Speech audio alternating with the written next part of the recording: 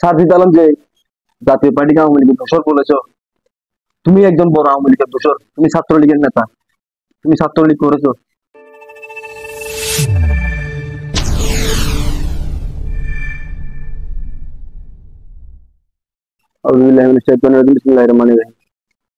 বন্ধুরা আসসালামু আলাইকুম। কাছের এবং দূরের যে যেখান থেকে আমার ভিডিওটি দেখছেন সকলকে আমি চট্টগ্রাম দক্ষিণ জেলা জাতীয় যুব সমিতির পক্ষ থেকে আন্তরিক শুভেচ্ছা ও অভিনন্দন জানাই। আজকে এমন একটি বিষয় নিয়ে আপনাদের মাঝে আলোচনা করতে যাচ্ছি। বিষয়টি হচ্ছে, গতকালকে থেকে হয়তো আপনারা জানেন, বৈষম্য বিরোধী ছাত্র আন্দোলনের দুইজন সমন্বয়ক সাজিদ আলম এবং হাসনাত আব্দুল্লাহ, এই দুইজন জাতীয় পার্টিকে নিয়ে বিভিন্ন ধরনের গুরুত্বপূর্ণ কথাবার্তা বলতেছে।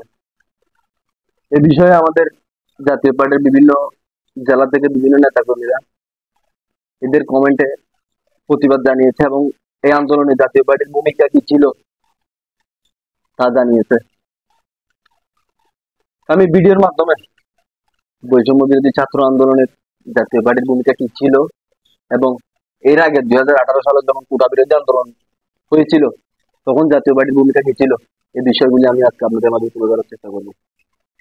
আশা করি ভিডিওটি সবাই মনোযোগ সহকারে দেখবেন। যদি ভিডিওটি ভালো লেগে থাকে আমাদের জাতীয় পার্টির এবং বাংলাদেশের অন্য একজন নাগরিককে দেখার সুযোগ করে দিবেন, ভিডিওটি একটু শেয়ার করে দিবেন। আমি সর্বপ্রথম 2018 সালে যে কোটা বিরোধী আন্দোলন হয়েছিল সেই আন্দোলন থেকে শুরু করি। যখন 2018 সালে কোটা বিরোধী আন্দোলন শুরু করে ছাত্ররা, তখন সর্বপ্রথম কোন রাজনৈতিক ব্যক্তি বলেন, বাংলাদেশের কোন একজন নেতা যদি তাদের পক্ষ হয়ে কথা বলে থাকে, তিনি ছিলেন আমাদের জাতীয় পার্টির প্রতিষ্ঠাতা চেয়ারম্যান, বাংলাদেশের সাবেক সফল 9 বছরের রাষ্ট্রপতি বঙ্গবন্ধু হাসান মোহাম্মদ এরশাদ। তখন তিনি ছাত্রদের পাশে ছিলেন, ছাত্রদের আন্দোলনের সমর্থন দিয়ে ছাত্রদের সাথে একত্রতা ঘোষণা করেছিলেন। এর পরবর্তীতে যখন 2024 সালে এসে বৈষম্য বিরোধী ছাত্র আন্দোলন শুরু হয়, তখন সর্বপ্রথম আমাদের জাতীয় পার্টির বর্তমান চেয়ারম্যান, ক্লিনম্যান একজন রাজনীতিবিদ জনবন্ধু গোলাম মোহাম্মদ কাদের এমপি সর্বপ্রথম সমর্থন দিয়ে তাদের সাথে কাজ করার জন্য আমাদের জাতীয় ছাত্র সমাজ সহ বিভিন্ন নেতা কর্মীকে নির্দেশ প্রদান করেন। তিনি সর্বপ্রথম সংসদে দাঁড়িয়ে 10 মিনিট এই কোটার বিরুদ্ধে বক্তব্য দিয়েছিলেন। বাংলাদেশের তখন কোন রাজনৈতিক ব্যক্তি তাদের পক্ষ হয়ে কোনো কথা বলেনি এবং উনি এইটাও ঘোষণা দিয়েছিলেন, তখন উনি বলেছিলেন ছাত্ররা তখন চায় না কোন রাজনৈতিক দলের ব্যানারে কোন রাজনৈতিক দল তাদের সাথে যুক্ত হয়ে আন্দোলনে করুক, যার কারণে আমাদের জাতীয় ছাত্র সমাজ সহ সমস্ত নেতাকর্মীকে আমাদের পার্টির মাননীয় চেয়ারম্যান নির্দেশ দিয়েছিলেন ছাত্রদের সাথে একত্রতা ঘোষণা করে নিজ নিজ এলাকায় আন্দোলনে শরিক হওয়ার জন্য।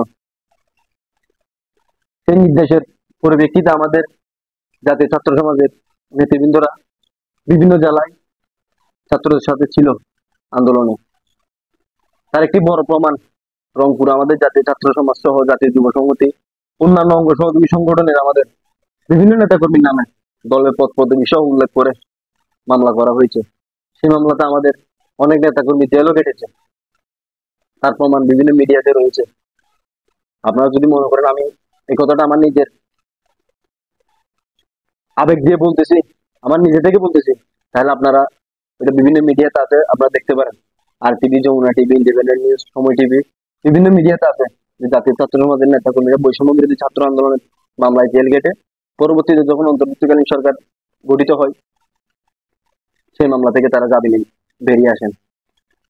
তো একটি প্রশ্ন আমি আপনাদের কাছে করতে চাই, যদি জাতীয় পার্টির এবং জাতীয় ছাত্র সমাজের নেতাকর্মীরা যদি মাঠে না থাকতো, আন্দোলনে যদি তারা শরিক না হতো, তাহলে তারা জেল কাটলো কি কারণে, তারা মামলা খেলো কি কারণে, তাদের নামে মামলা হলো কি কারণে?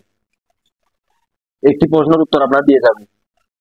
আপনারা যে বলেন জাতীয় পার্টি আন্দোলনে ছিল না, জাতীয় পার্টি আন্দোলনে কোনো ভূমিকা রাখেনি, দফায় দফায় আমাদের জাতীয় পার্টির মাননীয় চেয়ারম্যান এবং মহাসচিব দফায় দফায় বিভিন্ন সংবাদ মাধ্যমে বিভিন্ন বিবৃতি দিয়েছেন যে ছাত্রদের যে আন্দোলন করতেছে এই আন্দোলনের পক্ষে আমরা আছি।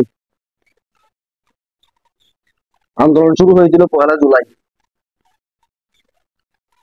জুলাই 3 জুলাই যখন বাজেট অধিবেশনের সমাপনী দিবস, তখন 1 তারিখ থেকে 3 তারিখ মাঝখানে 2 দিন সময়, এই 2 দিন সময় পর জাতীয় পার্টির মাননীয় চেয়ারম্যান বাজেট অধিবেশনের সমাপনী দিবসে বক্তব্য নিয়ে যখন সংসদে দাঁড়িয়ে 10 মিনিট কুড়ার বিরুদ্ধে বক্তব্য দিয়েছিলেন, তখন আপনারা কই ছিলেন?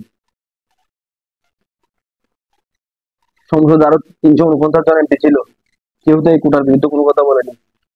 একমাত্র জাতীয় পার্টির মাননীয় চেয়ারম্যান জনবল গোলাম মোহাম্মদ কাদের এমপি বলেছেন। আপনারা আরেকটি কথা বলেন যে জাতীয় পার্টি আওয়ামী লীগের দূষর। কিভাবে আওয়ামী লীগের দূষর হলো এই প্রমাণটা আমাদেরকে দিয়ে যাবেন। আমি একটি কথা বলতে চাই, সাজিদ আলম যে জাতীয় পার্টিকে আওয়ামী লীগের দূষর বলেছ, তুমি একজন বড় আওয়ামী লীগের দূষর, তুমি ছাত্রলীগের নেতা, তুমি ছাত্রলীগ করেছো, তুমি জাতীয় পার্টিকে আওয়ামী লীগের দূষর বলো। আমাদের চট্টগ্রামে একটি কথা আছে, যদি অন্যের দুষ্কুস্ত হয় প্রথমে নিজেরটা বুঝে বের করো, নিজের বুকের তলায় গন্ধ আছে কিনা এটা একটু প্রথমে যাচাই করো, তারপর আরেকজনের বুকের তলায় যে গন্ধ আছে সে কথাটা বলি। প্রথমে নিজের অবস্থানটা একটু নিজে চিন্তা করে দেখো। আর তুমি যে জাতীয় পার্টির বিরুদ্ধে কথা বলো, জাতীয় পার্টির জন্ম তোমার জন্মের অনেক আগে জাতীয় পার্টির জন্ম হয়েছে। জাতীয় পার্টি উড়ে এসে দূরে বসেনি বাংলাদেশে। তুমি যে অন্য দলের হয়ে দালালি করতেছো, এটা আমরা ক্লিয়ার, এটা আমরা বুঝতেছি। আগে তো তুমি এই কথা কোনোদিন বলোনি, এখন কেন বলতেছো? তুমি এই কথা এখন বলার কারণ তুমি অন্য দলের দালালি করতেছো, বিপিনুরের দালালি করতেছো তুমি এখন। বিপিনুর, রাশেদ খান, এদের দালালি করতেছো তুমি। এসব দালালি বাদ দাও। তোমাদেরকে বাংলাদেশের মানুষ এবং আমাদের জাতীয় পার্টির সর্বস্তরের নেতাকর্মী আগে অনেক শ্রদ্ধা করতো। তোমরা এই স্বৈরাচার সরকারের পতনের জন্য রাজপথে এসেছো, রাজপথে আন্দোলন করেছো, যার জন্য জাতীয় পার্টি তোমাদের সাথে সমর্থন দিয়ে তোমাদের সাথে ছিল। এখন যে তোমরা অন্য দলের দালালি করতেছো, ওইটা এখন আমরা ক্লিয়ার। তোমরা যদি নতুন দল গঠন করো তাহলে তোমরা করতে পারো, সমস্যা নেই, এটা আমাদের কোনো আপত্তি নেই। তবে অন্য দলের দালালি করিও না, নিজের হয়ে কাজ করো, অন্যের হয়ে দালালি করতে এসো না। এখানে নির্বাচন করেনি ওইটা আমরা বলি না, আমরা বলি নির্বাচন করেছে, কিন্তু নিজস্ব প্রতীক নিয়ে নির্বাচন করেছে।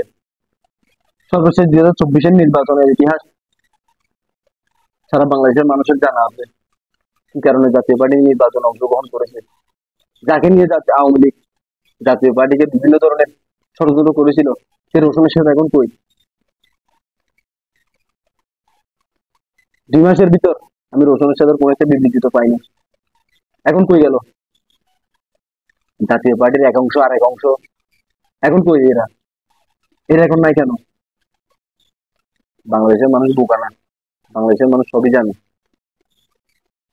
আমি চ্যালেঞ্জ দিয়ে বলবো, জাতীয় পার্টি সরকার থাকাকালীন অবস্থায় বাংলাদেশের জন্য যা করেছে তা আগামী 100 বছরও কোনো সরকার করতে পারবে না। তো জাতীয় পার্টি নিয়ে কথা বলার আগে একটু চিন্তা ভাবনা করে কথা বলি। জাতীয় পার্টি উড়ে এসে দূরে আসা একটি দল না। জাতীয় পার্টির জন্য যারা রাজপথে মিছিল করে, যারা জাতীয় পার্টির পক্ষ হয়ে কথা বলে, তারা জাতীয় পার্টির প্রকৃত কর্মী, বাড়া করা আনা লোক না। যে কথাগুলি বলেছি চিন্তা ভাবনা করে দেখবা। আর আমি আমাদের দলের সমস্ত নেতাকর্মীকে অনুরোধ করে বলবো, আপনারা এই ভিডিওর কমেন্ট বক্সে সারজিদ আলম এবং হাসান আব্দুল্লাহকে ইনভাইট করে যাবেন। দেখুক এই ভিডিওটা, ওরা আমার বিরুদ্ধে যদি কোনো ব্যবস্থা নেই, আমার কোনো সমস্যা নেই। জাতীয় পার্টি করি, জাতীয় পার্টির পক্ষ কথা বলতে গিয়ে যদি জেলও কাটতে হয়, জেল কাটার জন্য আমি প্রস্তুত আছি। ধন্যবাদ সকলকে, আসসালামু আলাইকুম।